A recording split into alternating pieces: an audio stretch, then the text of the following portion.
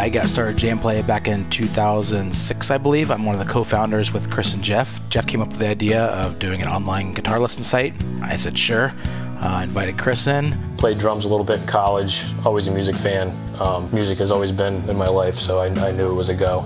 JamPlay was actually born in a Subway over a turkey sandwich in Greeley, Colorado. And you know, I'll always remember the exact Subway. I'll remember the exact seats, and honestly, even the time of day.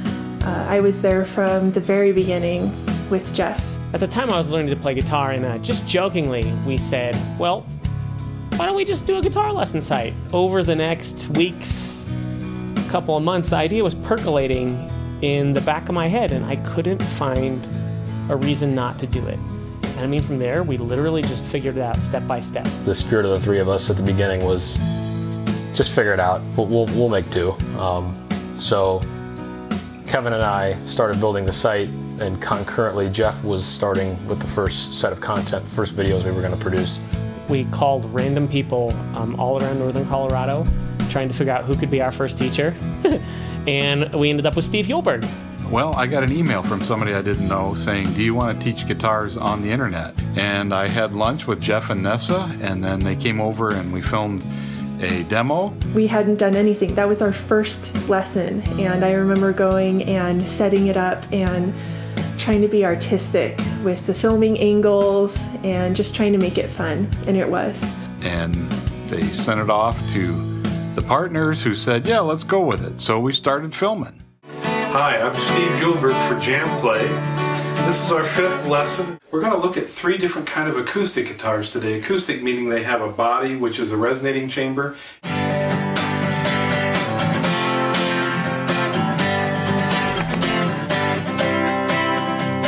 Then it just kind of clicked that this was really going to work. My parents had a little guest house that they had on their farm, and we took the bedroom there and we turned that into our film studio for a while, and we shot there. And the farmhouse and the guest house were about a mile away. I remember walking down this dirt road with a guitar over my back, carrying 3 camera bags, all of our mics and equipment, because we didn't want to keep it at the studio or at the house with nobody there. Thinking this has got to be something, because this is like the introduction to a movie. You know, those were some of the most fun times of my life, because the feeling of anything can happen. So 1 year of development later, we launched in 2007. The launch was exciting and terrifying, and I distinctly remember looking at my bank account and considering making either a mortgage payment or adding more money into our AdWords account. Well, I had some overlapping CSS, so I'm trying to merge, so This is where JamPlay happens. Places just like this. Just an office with an enormous computer monitor, a really big dork. And I remember looking at people signing up for the site and thinking that those are the most important people on the planet right now. You know, my wife Janessa came on as a full-time employee. I took customer support calls. The first series that I edited was Kids and Guitar with Steve Hjulberg. And later that year, we hired Jason Mounts, who's still with us. He was our very first full-time video editor. I remember going out to Red Robin, actually, and sitting down with Jeff and him discussing the program that they were doing and the site that they were building. And I remember starting, and we were working out of his condo, and it was just him, you know, Nessa and I, and you know, we had so much fun. And filming in our living room, he had to take all of the furniture out, and he had to reorganize our entire living room and set up all the cameras and the lights and everything in the chair, and just have these instructors come into our living room. We had these musicians in our house. You know, Steve Hjulberg and Brad Henneke, Hawkeye Herman, Mark Nelson. I can't recall everyone we filmed there, but it was a pretty neat feeling knowing how much had just gone on inside those 4 walls. You know, I was filming these slacky lessons in Colorado, often in the winter, and there'd be a couple feet of snow on the ground, fresh snow, blizzards everywhere. You know, just crazy weather, and I'd head down into the studio, and I'd, you know, pull off my jacket and my sweater and put on an Aloha shirt, and then, you know, try to get into a tropical frame of mind while the snow's playing. I met one of my guitar heroes. His name is Buster B. Jones, and I told him what a fan I was of his instructional DVDs, and told him that I had given up teaching because I felt like I wasn't that effective. And he gave me quite a long lecture and said that really I ought to get started and teach again, gave me some pointers and some things that I thought about quite a bit, and made a lot of sense. So in 2007, I got serious about doing that, and answered a Craigslist ad, actually, and met Jeff and Nessa at a Starbucks in Loveland, Colorado, and we got started right after that.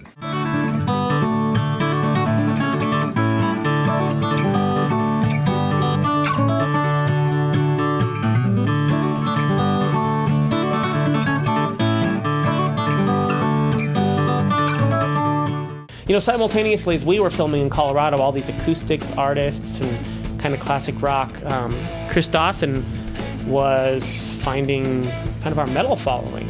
So around 2008, I decided to start filming lessons as well, and we started filming lessons in a tiny upstairs bedroom.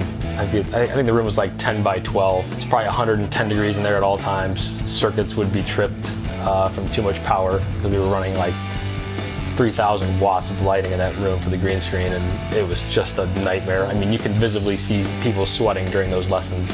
But that's when we first met. Dennis Hodges and Nick Greathouse were our first teachers out there, and they were great, and I'll always be thankful for them. Woo! I'm Dennis Hodges, and you're at JamPlay.com, and we're going to learn about metal guitar. This is Nick Greathouse once again for JamPlay.com, and right now we're going to talk about sweet picking. He found Emil Wurstler. Yo, what's up? This is Emil. But I answer to Emil and Emil and Emily. And then they went from there until they were getting guys like Doc Coyle.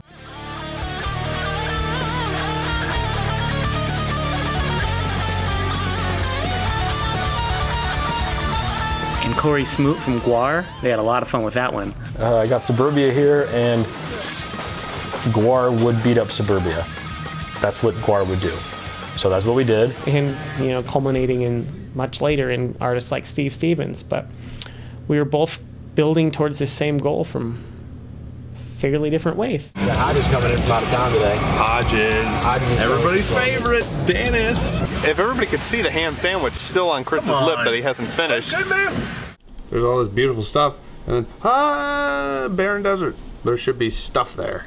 Then, within a year and a half, everything just exploded. I think one of the things that surprised me was how incredibly fast JamPlay grew. It was kind of overwhelming, actually, finding out that I had students in 50 countries all around the world, and I started getting emails and feedback from people that were all over the world. It was really quite humbling, actually. And we moved to an actual office space for our daily activity. And, you know, then it was Jason and Tyler and Jeff and me in this office. And that was really fun. All of us working together in this little space. We just had a lot of really good times, and we were always laughing, and there was a point in time where we'd go early and we would all walk to Starbucks at 8 o'clock in the morning, and the light was just beautiful and it was a great walk. Hey dude, let's go to Starbucks. You want to go to Starbucks? I need coffee. Let's go to Starbucks. We brought Tyler Rue on, and you know, he really brought a sense of creativity and a sense of youthful energy. I have never been as happy, period, in my life as Tyler is just eating a sandwich. Hey, Tyler. Hey. What's up? You want to be in this video? Yeah. Hey, Nessa? Yeah. You want to be in this video? I guess not. Hey, Jeff. What? Hey, you want to be in this video? Dude, I'm trying to work. Seriously. Go do that somewhere else. We're gonna hang out here, go outside, and check out the glorious day that we have here. So in 2009, we felt as though the company was on solid footing. So we decided to build a studio in my house. I started building it and got towards the end, and I'm not very good with drywall, so I called the drywall company. A man came out, and he gave me a quote, and then I decided to use him, and we hit it off. He played guitar, like the same kind of music, and by the end of the drywall, the 2-week drywall period that we were doing, I convinced him to dump his company completely and come on board with us. And that was Aaron Miller, and he's still with the company to this day, 7 years later, 8 years later. Great employee, became good friends, play a lot of guitar together. We nerded out on guitar for years.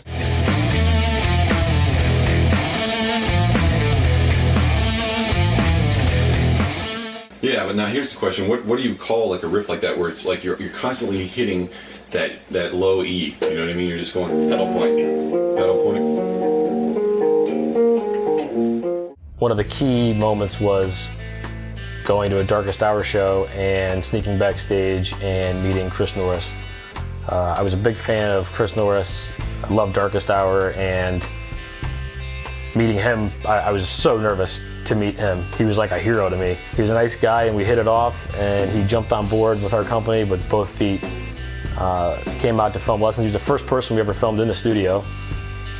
Filmed a lot of great material, and then he jumped on board with finding us new teachers and consulting with us on new features for the site. And he gave us recommendations that spidered into Tosin Abasi, to Emil Wursler, Andy James, Atreyu, Black Label Society, Machine Head. I joined JamPlay in 2007 as a member. At the time, the site was just getting started. They had a couple instructors, and but they were adding content like crazy. We have a live platform on JamPlay, and I was always talking to this guy named Matt on our Jam chat from 2008 to 2009. About a year into my membership, JamPlay added the live Q&A videos to the chat room. And I remember staying up late watching Nick Kelly. One night he was explaining some concept, and he kept having to hold his hand up to the webcam to demonstrate something on the fretboard. And I kept thinking there's got to be a better way to do that. That night I stayed up and I wrote an application for my website called the Super Simple Fretboard that allowed someone to share chord diagrams and tablature through a chat room. And then the next night showed that to Nick, and he started using it. And then before long, a lot of the instructors that were doing live Q&A sessions on JamPlay started using it.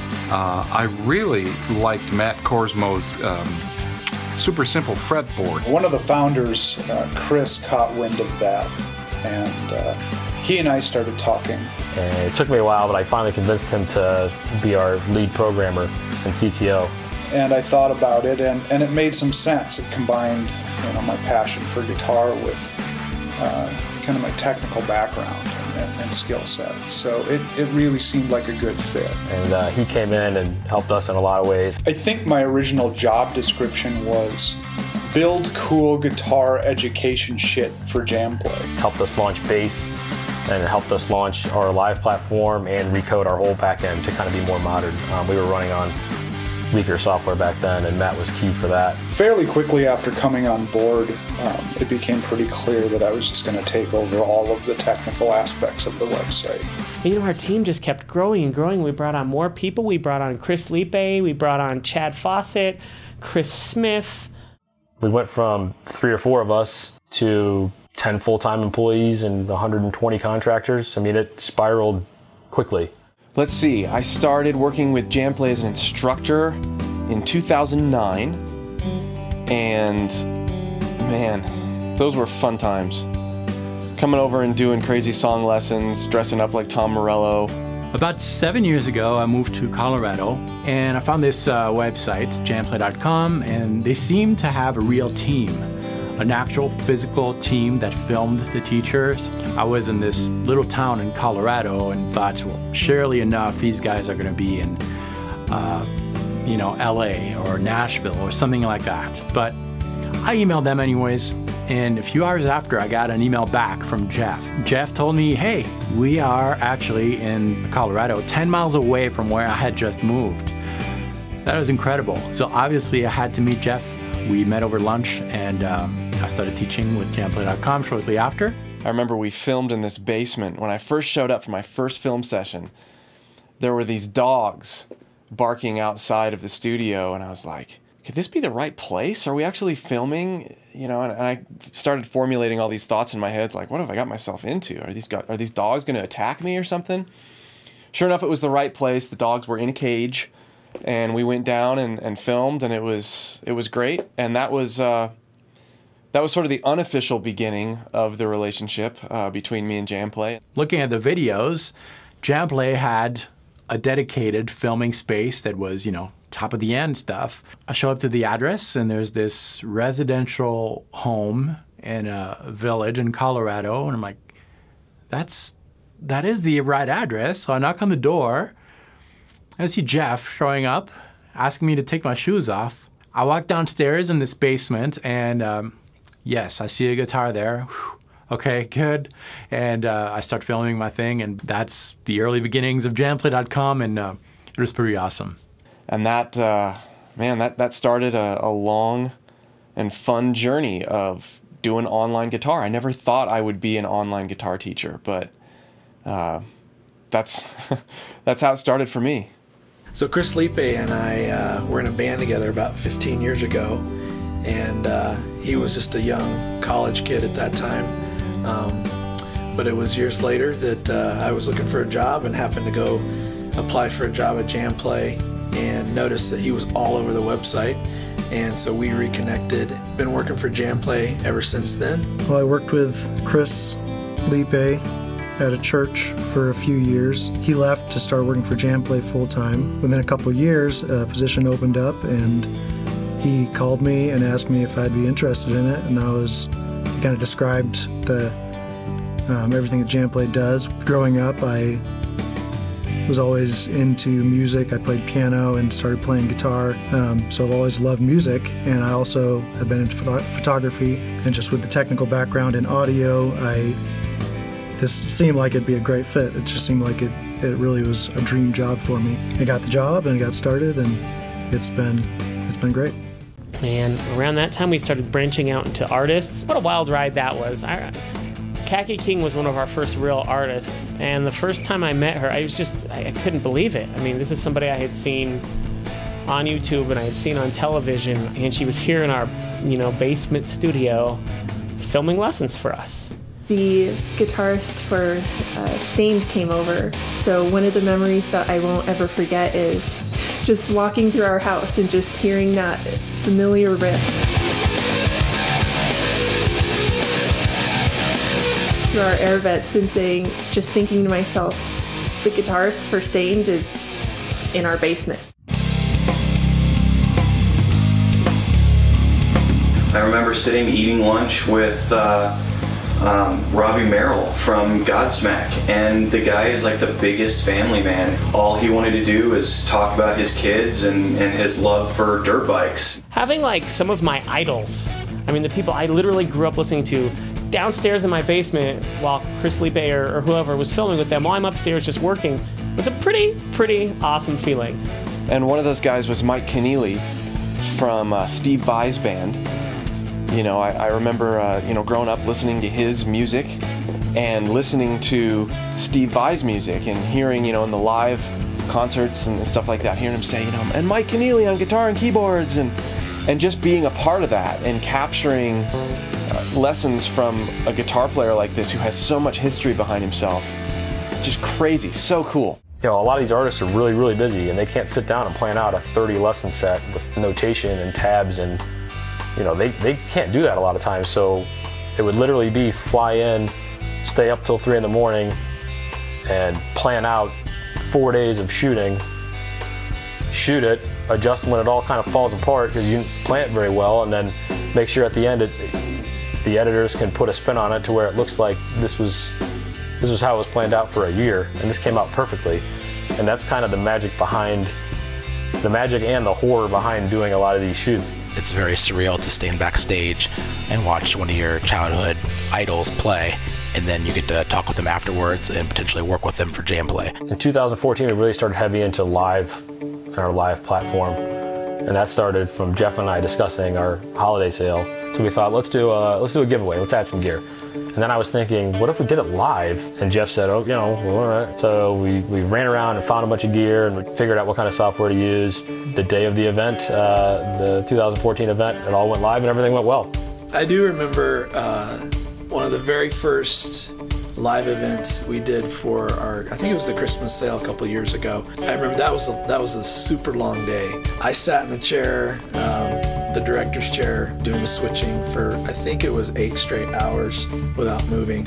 Ever since then, that kind of kicked off our adventure into live, and now we still do you know, live studio sessions every week, and now full live courses with a lot of our teachers. I think the live courses are something that people seem to really like. I know that I really enjoy doing it. I feel that the focus now is more on interaction with the students, really opening their ears to what the students want. You can see that with all the live Q&As that are happening now, for example, on JamPlay.com. When I look back at these 10 long years, it's not the business milestones that stand out to me, it's the people I've met and the friendships I've made and all those people who gave us their time and their energy and their trust and helped us build this amazing business that we have today. You know, I'll be eternally grateful to each and every one of them. JamPlay to me is, you know, it's a family. The beautiful thing about JamPlay is it's like a family. I mean, it really is a family. You know, our early morning walks in the summer to get a cup of tea before work, and the conversation we'd have on the way back and forth, or our lunches to Alberto's or Roma. One of my favorite things I love about JamPlay and this job is just the staff. I feel like we've all bonded together over the years. The people that you spend every day with, you just really get to know them. JamPlay's about friendships. JamPlay's about the relationships. And it's just been a lot of fun. There's a lot of great guys on staff, great girls on staff. Every instructor's been great to work with. You know, I think that as we do our jobs, we've developed friendships along the way. So that's always a good thing. I would say I am most proud of just the project as a whole.